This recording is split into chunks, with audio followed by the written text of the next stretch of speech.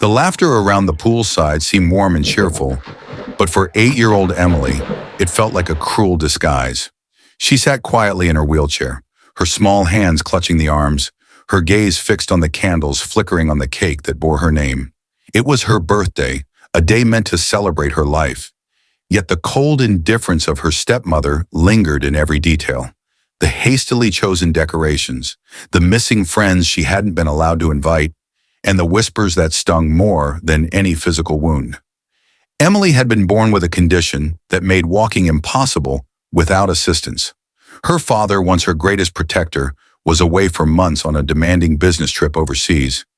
In his absence, the woman he trusted, her stepmother Laura, wore a mask of sweetness around others, but turned sharp and cruel when the eyes of the world weren't watching. As the party wore on, Laura's patience thinned. She leaned down to Emily, her smile tight and false. "Don't just sit there. You're making everyone uncomfortable." Emily lowered her eyes, wishing she could disappear. Before she could respond, Laura's hand pushed the wheelchair forward, hard. The sudden motion startled Emily, and before anyone could react, the chair tipped at the pool's edge. She fell into the cold water, her body sinking quickly, her fragile limbs thrashing helplessly.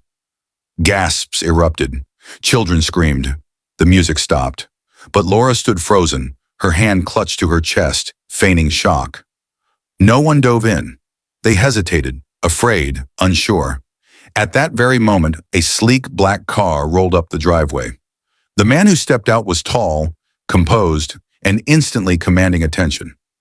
Michael Carter, Emily's father, a self-made millionaire whose empire stretched across countries, had returned unannounced, desperate to surprise his little girl on her birthday. He barely had time to register the scene before instinct overtook him. Without removing his jacket or shoes, he sprinted and dove into the pool. His strong arms wrapped around Emily, lifting her from the water, her frail body coughing, choking, her tiny fingers gripping his shirt as though she'd found her anchor again. The crowd erupted in relieved cheers, but Michael's eyes were locked on his daughter. "I've got you, sweetheart. Daddy's here. You're safe." His voice broke, raw with emotion. Emily's tear-streaked face lifted to meet his, her lips trembling into a weak smile. "I knew you'd come." The guests shifted uncomfortably, their earlier hesitation now glaring in the presence of a father's unshakable love. But it was Laura who drew his attention next. She rushed forward, her words stumbling. "I tried to help. She slipped." Michael's eyes hardened, his protective grip around Emily tightening.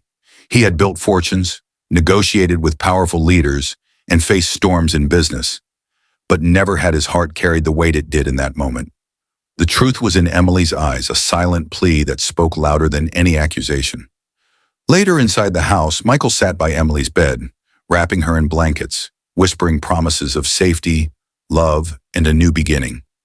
He realized how blind he had been to the subtle cries for help hidden in her letters and hesitant phone calls. Guilt pricked his chest, but alongside it grew a fierce determination. No one would ever hurt his daughter again. The guests slowly departed, whispers filling the air about the shocking scene they had witnessed.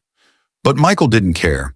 For him, the world narrowed to the fragile girl holding his hand, her small fingers refusing to let go. That night, as the rain began to patter against the windows, Emily fell asleep to the steady rhythm of her father's heartbeat. For the first time in a long while, she felt safe, not because of the riches surrounding her, but because love had returned, fierce and unyielding, to stand by her side.